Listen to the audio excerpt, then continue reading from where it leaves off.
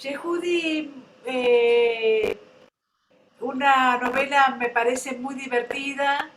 No te escondas tú, porque yo te voy a grabar para YouTube. Ah, ok, ok. Pensé que así tendríamos un... Es que mi computadora que estaba yo tratando de hacerlo no me daba para el Wi-Fi, pero lo tengo en el teléfono. Pero aquí, Ah, aquí me perfecto, muy tienes. bien, Ujú. muy amable. Te conocemos, Yehudi Mann, en una novela muy divertida y por otro lado me parece como una expresión de creer en el amor, me parece, ¿no? Sí, así es. Cuéntame un poquito. Bueno, en realidad lo que a mí me parece interesante es que los protagonistas son dos chicos jóvenes de 21 o 20 años, los dos son de la Ciudad de México, pero vienen como de planetas distintos, ¿no? Nacieron en la misma ciudad, tienen más o menos la misma edad y sin embargo pareciera que son de mundos completamente diferentes, ¿no? Porque ella es una chica rica y él, pues no, y las circunstancias hacen que se encuentren y sin embargo, mi pregunta es por qué esto es tan difícil, ¿no? ¿Por Claro. qué sería un amor imposible cuando no debería serlo? Claro, sobre todo en México que la desigualdad es tan terrible y por otro lado tú también pones esta forma de haber vivido en Estados Unidos y pones también la relación que hay entre México y Estados Unidos que es mucho más íntima, mucho más inasible de lo que dicen los medios periodísticos o lo que dicen los políticos, ¿verdad? Cierto. Una de las cosas que me llamaba la atención es que yo, sabes, yo vivo en Estados Unidos, entonces yo también soy inmigrante de alguna manera y aunque no estoy en la misma situación que Gabriel, mi protagonista, me llama la atención que oímos mucho acerca de lo dramático que es la entrada a los Estados Unidos de los indocumentados, que realmente que describo un poco en el libro, y oímos mucho también de cuando los deportan, pero no se habla mucho de qué pasa cuando llegan y están ahí y llevan años ahí o llevan meses ahí y se encuentran con una cultura diferente, con un modo de pensar diferente y se tienen que adaptar y tienen que aprender otro idioma y eso me interesaba porque a mí me pasó que cuando llegué a Estados Unidos, a pesar de que yo ya hablaba inglés, etcétera, fue un choque cultural un poco porque tenemos nuestra cultura súper arraigada, ¿no? Y después de varios años regresar a México, ya habiendo vivido otras experiencias, llegaba yo a México y había cosas que jamás me había yo cuestionado, que ahora me hacían un poco de ruido, ¿no? Sobre todo la dramática desigualdad, ¿no? Entonces, bueno, esa es una de las cosas que yo quería explorar en el libro. Yo de verdad pienso que el haber estado fuera le cambió a Gabriel un poco la perspectiva de las cosas y entonces no se le hizo tan imposible este amor. Exacto, y otra de las cosas, yo soy también migrante, yo soy de Argentina y vivo en México, Uh pero -huh. una de las cosas que a mí siempre me preocupan es por qué no mostrar también los casos positivos, porque a partir de los casos positivos podemos entender mucho mejor. ¿Qué sé yo? ¿No hay gente buena en Estados Unidos?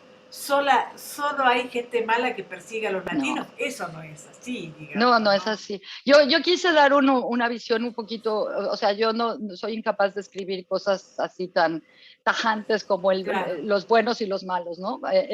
Pero, por ejemplo, la experiencia de Gabriel obviamente no fue del todo mala, ¿no? Tuvo una novia, o sea, fue una experiencia, que como todas las experiencias de vida, siempre tienen sus cosas buenas y sus cosas malas, ¿no? Le tocó que lo deportaran casi por estadística, ¿no? Porque, y también por una cuestión personal, pero en efecto para mí es algo que no se ha explorado mucho, ¿no? Y cómo es esa adaptación de los inmigrantes y qué piensan, ¿no? A mí realmente me encantaría saber más qué piensan del nuevo mundo en el que viven y cómo lo ven, ¿sí? ¿Cuáles son las cosas positivas que ven y cuáles las que no les gustan, ¿no? Y la influencia de México en los Estados Unidos es tremenda. Yo siempre veo las películas y digo, ay, otra vez van a comer nachos, otra vez van a comer aguacate, todas esas cosas que comemos aquí y que son fundamentalmente la comida rica en Estados Unidos, la comida Oye, deliciosa, ¿no? Mónica, a 2 cuadras de mi casa, yo vivo en Nueva York, apareció un taco truck de birria en Nueva York. Y yo sé que ahorita la birria ahora es la cosa que más de moda está en Estados Unidos, pero, o sea, aparece este taco truck de birria y digo, bueno, pues vamos a probarla. Estaba buenísima y ya yo soy feliz porque ahora yo sé que a 2 cuadras de mi casa me puedo comer mi consomé y mis tacos de birria. Y fíjate, o sea, de verdad, cada vez más, o sea, venden churros en el metro, venden mangos en la calle. Yo digo que yo me fui a Nueva York y acabé en la Ciudad de México. Sí, Sí.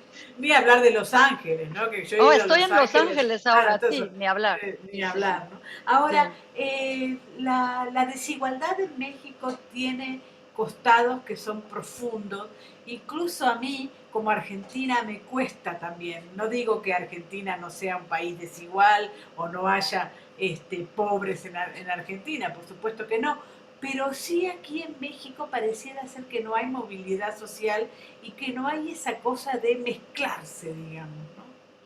Es verdad, o sea, en todos lados hay desigualdad. Claro, En Estados Unidos hay desigualdad también. La desigualdad, como tú sabes, no solamente es económica, hay desigualdad obviamente de oportunidades, desigualdad de educación. Escuelas públicas en Estados Unidos que son públicas, pero hay unas que son más pobres que otras porque están en barrios diferentes, ese tipo de cosas. Pero en México sí, lo que bien lo dices, es esta falta de movilidad social que, por ejemplo, a Gabriel le pasó.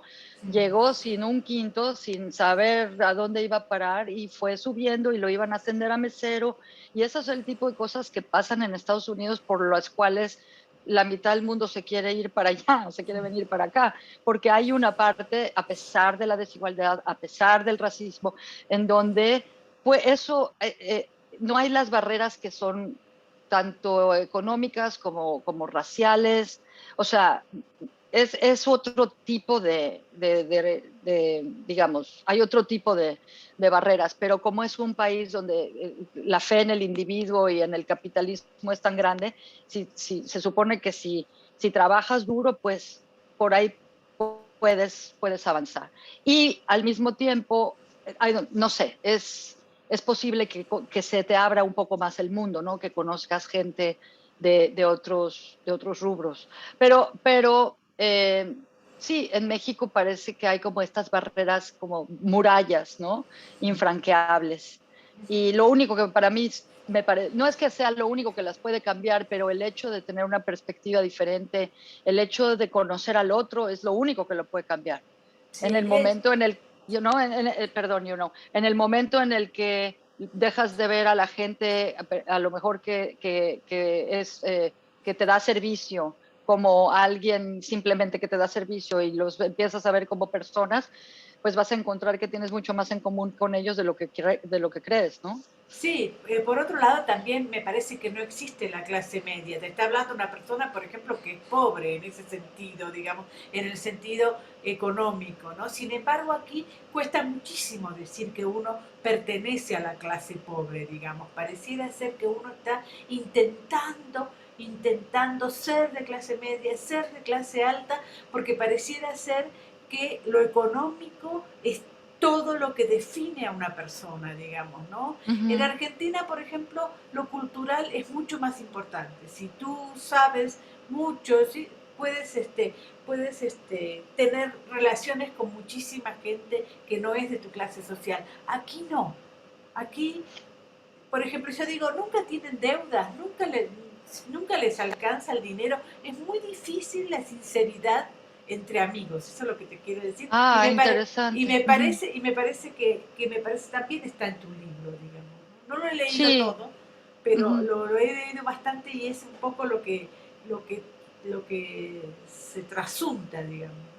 Bueno, yo creo que todos también hacemos ciertas suposiciones por cómo se ve la gente. Yo creo que no solamente es económico, a mí me ha llegado a pasar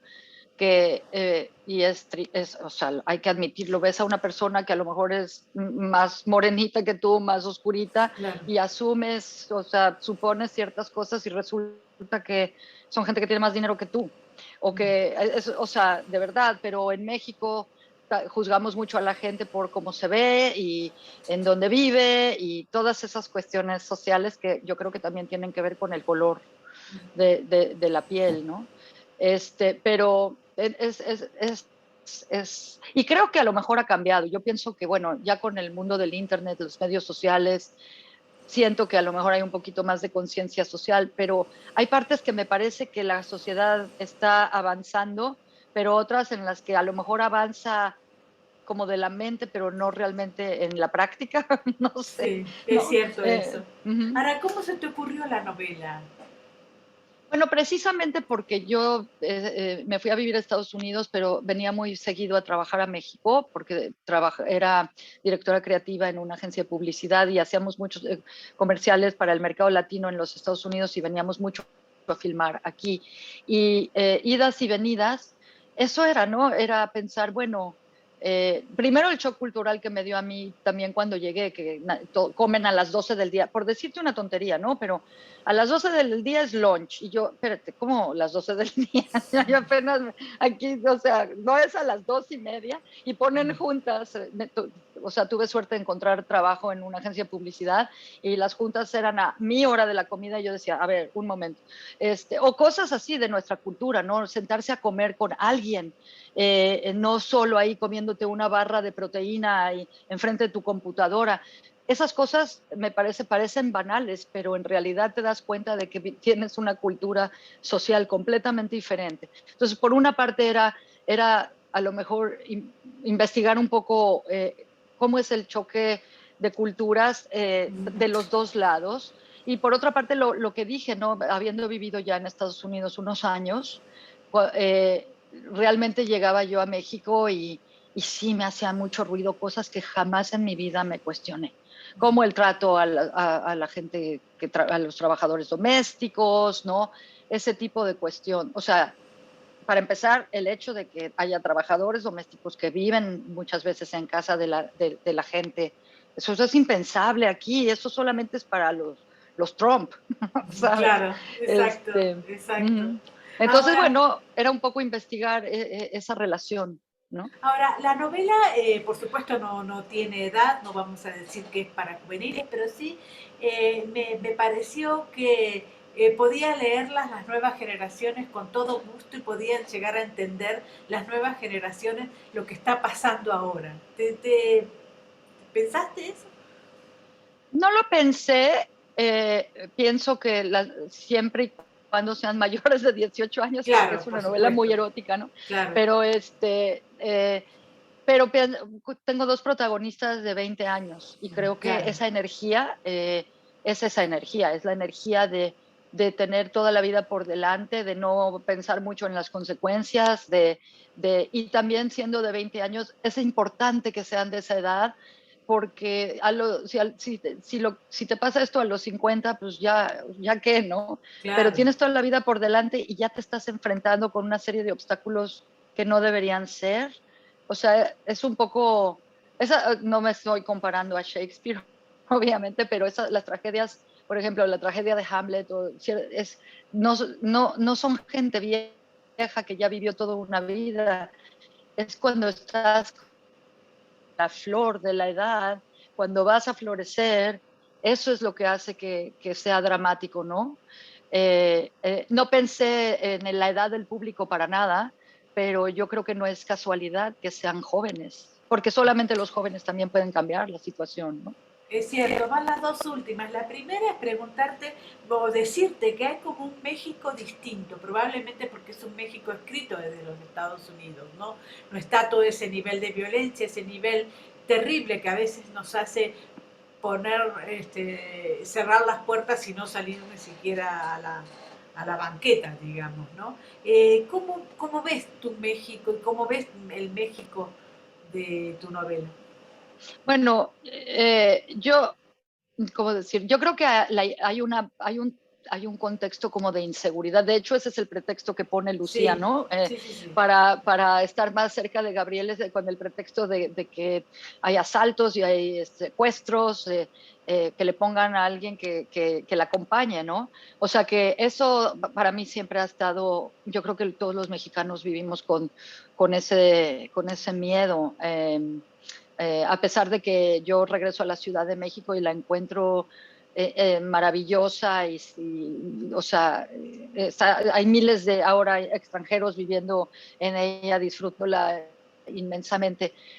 Pero no sé exactamente si, o sea, en cuestión, y hay bastante, también hay una parte de violencia hacia el final de la novela, no quiero revelar Spoilear. cosas, pero sí, o sea, aparecen unos judiciales y con eso ya todo el mundo se puede imaginar, ¿no? Dices, aparecen unos judiciales y todo el mundo sale corriendo, ¿no? Entonces, la violencia yo creo que siempre está como por debajo de la superficie, pero yo no me interesaba, o sea, yo estoy harta, Mónica, yo no veo programas de narcos ya más, a mí, o sea, Claro, es cierto. los tengo vetados porque uno, no quiero glorificar a esa gente y dos, ya, Sí. no es la única historia que hay en México, ¿sabes? De hecho, es una de miles. Entonces, no, o sea, mi interés era más bien una cuestión de, bueno, gente más o menos normal, de dos clases sociales diferentes, pero que no son, no están comprometidos con la violencia, ¿no? Perfecto. Y la última es que me hables de ti, es tu primera novela, cómo vives, qué haces ahora. Bueno, mira, yo he escrito toda la vida, pero la vida me ha llevado por un camino diferente. O sea, estudié literatura inglesa, escribí varios años crónicas de cine para la jornada semanal, luego me fui a vivir a Estados Unidos, siempre escribí. Y luego fui escritora, redactora en publicidad, que pues no es lo mismo, pero al final estás escribiendo, ¿no? Y de hecho, esta novela yo quería hacerla un guión, pero en esa época no sabía yo cómo escribir guiones, entonces decidí ponerla como una novela. Luego fui a aprender cómo escribir guiones y de hecho ya tengo también el guión, porque siempre me ha gustado el cine y tal, ¿no? Pero ahora lo que hago es, tengo una plataforma de arte digital en internet que se llama dada.art, y es una plataforma muy bonita en la que la gente hace un dibujo en nuestra, una herramienta digital que tenemos, y otra persona en cualquier parte del mundo te puede contestar con otro dibujo y se crean conversaciones visuales. Y eso lo creamos por ahí del 2014, y en 2017 descubrimos la tecnología detrás de la criptomoneda, y entonces fue como decidimos que podía de alguna manera sustentarse esta plataforma. Entonces fuimos pioneros en crear, no sé si has oído hablar de los NFTs, que son como objetos digitales que se pueden vender y comprar, arte digital que se puede vender y comprar. Entonces fuimos de las primeras plataformas que sacaron esto a la luz. Me enorgullece mucho porque somos dos socias, una mexicana y una venezolana, así que bueno, en eso estoy ahora. Y voy a sacar este libro, va a salir en una versión NFT Ajá. próximamente, espero que para finales o para el mes que viene. En Ujú. inglés también. No, va a salir Ajá. en Va a español, ser en porque español. insistimos, sí, va a salir en español como parte de una plataforma de NFT, es una plataforma como de contenido más cultural que se llama The Platform, y la idea era realmente hacerlo en español, porque el mundo digital es un mundo sin fronteras y sin barreras, y no tiene siempre por qué todo ser con la estructura, ¿no? Con las estructuras de poder de toda la vida o en inglés.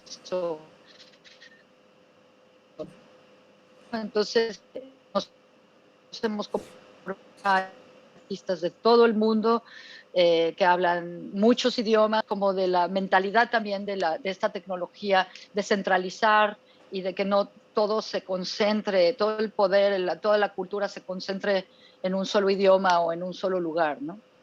Muchísima suerte y muchísimas gracias por la entrevista. Mil gracias a ti.